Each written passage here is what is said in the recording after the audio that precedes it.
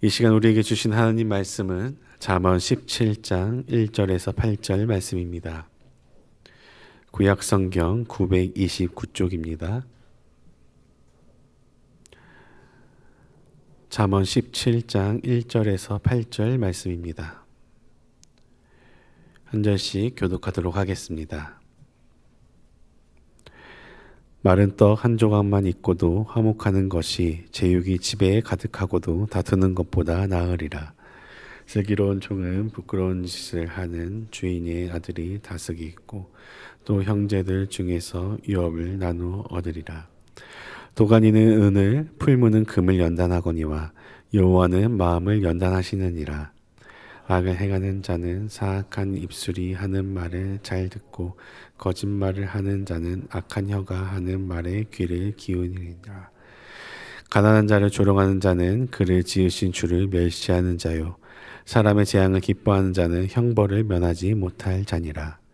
손자는 노인의 면류가 아니요 아비는 자식의 영원이라.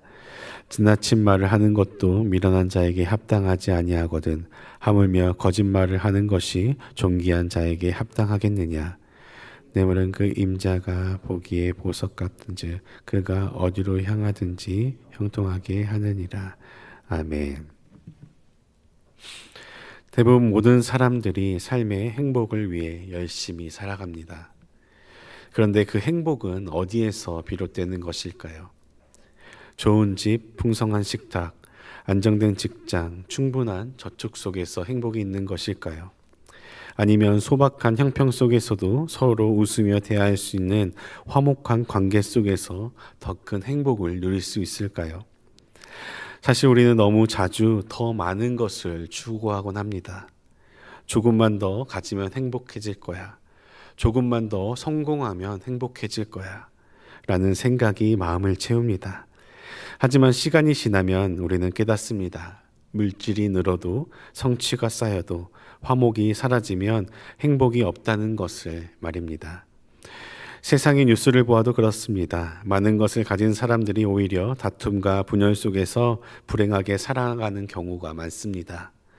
또 돈과 성공은 손에 쥐었는데 가정은 무너지고 관계는 깨어지는 모습을 쉽게 볼 수 있습니다. 성경은 분명히 말씀합니다. 진정한 행복의 비밀은 외적인 풍요에 있지 않고 하나님 안에서 이루어지는 화목에 있다는 것입니다. 오늘 우리가 읽은 잠언 17장 1절에서 8절 말씀은 바로 그 화목의 지혜를 가르쳐 줍니다. 오늘 이 말씀을 통해 하나님께서 주시는 참된 화목과 행복을 누리시길 간절히 소망합니다. 먼저 세 가지 큰 주제로 함께 말씀을 살펴보려 합니다. 첫 번째는 화목은 물질보다 귀하다는 것입니다. 1절 말씀입니다. 마른 떡 한 조각만 있고도 화목하는 것이 제육이 집에 가득하고도 다투는 것보다 나으리라. 히브리어에서 마른 떡은 축제에서 나누어지는 기름떡이 아니라 가장 소박한 음식, 심지어 맛도 없는 굳은 떡을 의미하고 있습니다. 반면 제육은 제사 후에 남은 고기를 가리키며 이는 고대 사회에서 가장 귀하고 풍성한 음식을 의미합니다. 즉 부족한 음식이 있어도 화목하면 복되지만 풍요 속에서도 다투면 불행하다라고 말씀하고 있습니다. 그렇습니다. 좋은 집과 좋은 차를 가져도 가족 간의 말이 통하지 않고 싸움이 그치지 않으면 그 집은 불행한 집일 수밖에 없습니다. 반대로 좋은 집과 좋은 차를 가지고 있지 않아도 라면 한 그릇을 나누어 먹더라도 서로를 존중하고 사랑하면 그 집은 행복한 가정이라고 말씀할 수 있습니다. 상담학에서는 가정의 행복은 가구의 크기가 아니라 식탁에서 나누는 대화의 깊이에 달려있다라고도 말합니다. 매일 고급 음식을 먹어도 서로 눈도 마주치지 않는 가족은 행복하지 못하다라는 것입니다. 그렇다고 좋은 집과 좋은 차를 가지고 있는 것이 잘못이란 뜻은 아닙니다. 다만 그것들이 가정의 행복과 화목을 결정짓는 기준이 될 수 없다라는 것입니다. 당연히 좋은 집과 좋은 차를 주신 것도 하나님의 은혜이고 감사합니다. 하지만 그것 때문에 내가 그것을 바라기 때문에 가정이 무너지고 내 삶이 무너지고 내 신앙이 무너지면 안 된다는 것입니다. 왜냐하면 그런 것들이 우리의 행복과 화목한 가정을 결정짓지 않기 때문입니다. 이처럼 하나님께서는 가정의 행복을 외적인 풍요가 아니라 화목의 본질에서 찾게 하십니다. 그리고 이어지는 2절에서는 그 기준인 단지 가정의 문제를 넘어 삶 전체로 확장되어 겉모습이 아니라 지혜와 성실이 존귀의 기준임을 말씀하고 있습니다. 2절 말씀입니다. 슬기로운 종은 부끄러운 짓을 하는 주인의 아들을 다스리겠고 또 형제들 중에는 유업을 나누어 얻으리라. 여기서 슬기로운은 단순한 지식이 아니라 실제 삶 속에서 옳고 바른 길을 선택하는 실질적인 지혜를 뜻합니다. 그리고 부끄러운 아들은 가문의 명예를 실추시키고 책임을 다하지 못한 자녀들을 가리킵니다. 즉 신분이 낮은 종이라도 지혜롭다면 주인의 아들을 대신할 수 있다라고 말씀하고 있습니다. 하나님 앞에서는 신분이나 혈통이 아니라 지혜와 성실이 기준이라는 것입니다. 오늘날 교회 안에서도 마찬가지입니다. 교회 안에서 직분과 타이틀이 그 사람의 가치를 결정하지는 않습니다. 하나님께서는 우리의 직분이나 이름보다는 신실하게 섬기고 진실하게 사는 사람을 더 귀하게 여기십니다. 이렇듯 1절은 물질의 풍요가 아니라 관계의 화목의 행복의 기준이라고 선언하고 있고 또 2절은 혈통과 신분이 아니라 지혜와 성실이 화목의 기준이라고 가르치고 있습니다. 즉 두 구절은 다른 이야기를 하는 것 같지만 결국 같은 진리를 보여주고 있습니다. 그것은 하나님께서는 세상의 겉모습으로 사람을 판단하지 아니하고 그 중심에서 흘러나오는 사랑과 지혜를 귀히 여기신다는 것입니다. 그러하게 우리의 삶도 세상의 기준에 맞춰 살아가는 것이 아니라 하나님께서 보시는 참된 본질을 깨달아 나아가야 할 줄로 믿습니다. 그래야 우리의 삶에 행복이 넘쳐 화목한 삶으로 나아갈 수 있기 때문입니다. 그렇다면 여기서 이런 질문이 생깁니다. 참된 본질은 어디서 어떻게 깨달아 나아갈 수 있는가입니다. 이것이 바로 다음 구절인 3절에서 5절 말씀에서 그 길을 보여줍니다. 먼저 3절 말씀입니다. 도가니는 은을, 풀무는 금을 연단하거니와 여호와는 마음을 연단하시느니라.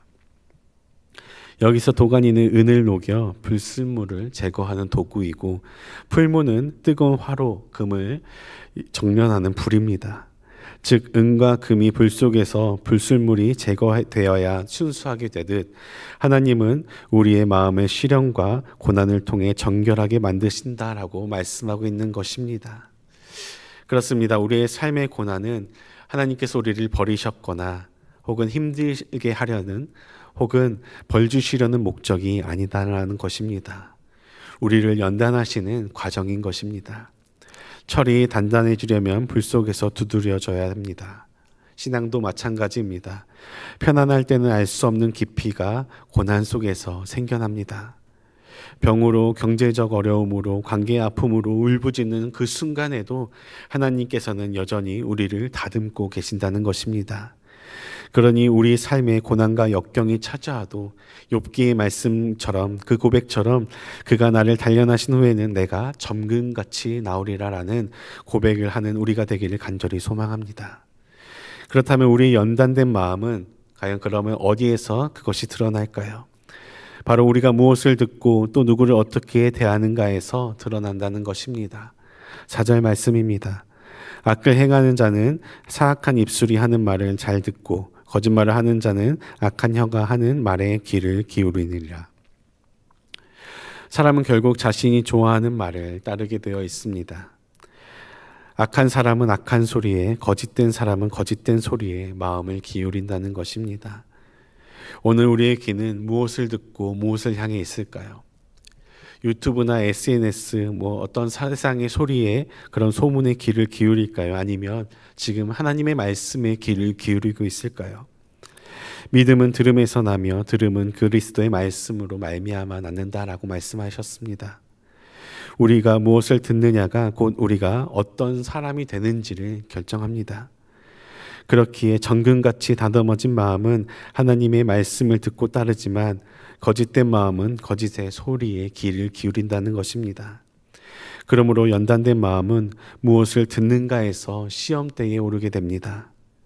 그런데 그 마음이 드러나는 또 하나의 자리가 있습니다. 그것은 바로 우리가 다른 사람, 특히 약자를 어떻게 대하는가입니다. 5절 말씀입니다. 가난한 자를 조롱하는 자는 그를 지으신 주를 멸시하는 자요 사람의 재앙을 기뻐하는 자는 형벌을 면하지 못할지니라. 히브리어로 조롱하다는 비웃다, 경멸하다라는 의미입니다. 즉 약자를 무시하는 것은 곧 그를 창조하신 하나님을 무시하는 행위다라는 것입니다. 오늘날 사회는 약자를 무시합니다. 하지만 믿음의 사람은 달라야 합니다. 사회적 약자를 품고 섬기고 존중해야 합니다. 그것이 참된 지혜의 삶이고 그리스도의 삶이다라는 것입니다. 즉 말씀을 듣는 귀가 바른 사람은 반드시 하나님께서 사랑하시는 이웃을 존중합니다. 반대로 약자를 멸시하는 사람은 하나님을 멸시하는 사람이 된다는 것입니다. 그러하기에 마음의 연단은 단순한 내적 체험에 머무르지 않고 관계 속에서 나타나는 실천적인 열매라는 것입니다. 결국 하나님께서는 우리를 고난 속에서 다듬으시고 말씀을 들음으로 세우시며 약자를 존중하는 마음을 통해 우리 안에 참된 행복의 본질을 심으신다는 것입니다. 그렇다면 이렇게 다듬어진 참된 본질과 이로 인한 신앙은 어디에서 드러나게 되는 것일까요? 바로 가정과 공동체 그리고 세대의 계승 속에서 나타난다는 것입니다. 6절 말씀입니다. 손자는 노인의 면류관이요 아비는 자식의 영환이라. 면류관은 승리와 존귀를 상징합니다. 즉 손자는 조부모의 기쁨이 되고 부모는 자녀의 자랑이 된다고 말씀하고 있습니다. 이처럼 신앙의 전수는 가정의 가장 큰 축복이다라는 것입니다. 가정에서 신앙이 이어지지 않는다면 아무리 많은 재산을 남겨도 헛된 것입니다. 결국 하나님께서 연단하신 마음이 가장 먼저 드러나는 곳은 우리 삶의 가장 가까운 자리, 즉 가정입니다. 가정 안에서 믿음이 이어지고 신앙이 세대 간에 전수될 때에 그것이 진정한 면류관이고 영광인 것입니다. 따라서 참된 행복의 삶은 믿음의 세대를 이어가는 가정 안에서 복으로 나타난다는 것입니다. 그렇다면 이렇게 믿음의 가정에서 자라난 자녀들이 나중에 공동체와 사회의 지도자가 되었을 때 가장 중요하게 되는 덕목이 무엇일까요? 바로 언어의 정직함입니다. 7절 말씀입니다. 지나친 말을 하는 것도 미련한 자에게 합당하지 아니하거든 하물며 거짓말하는 것이 존귀한 자에게 합당하겠느냐. 미련한 자가 고상한 말을 해도 진정성이 없듯이 거짓을 말하는 것은 공동체를 무너뜨립니다. 그러므로 믿음의 자녀가 가정의 기쁨과 영화가 된다고 하지만 그들이 어떤 지도자의 자리에 서거나 세상에 나아갔을 때 거짓된 언어는 가장 위험한 무기가 될 수 있다는 것입니다. 왜냐하면 지도자의 한마디는 그리고 그 사람의 한마디는 공동체 전체의 방향을 결정하기 때문입니다. 즉 신앙의 유산이 가정 안에만 머무르는 것이 아니라 공동체 전체로 흘러가려면 그 자녀의 그리고 지도자의 언어와 태도가 정직해야 된다는 것입니다. 그래서 우리는 자녀 앞에 다음 세대 앞에 서 있는 사람들로서 거짓된 언어를 하는 사람이 되어서는 안 됩니다. 왜냐하면 그것이 그대로 본이 되고 흘러가기 때문입니다. 하지만 여기서 또 하나의 위험이 다가옵니다. 바로 뇌물과 달콤한 유혹입니다.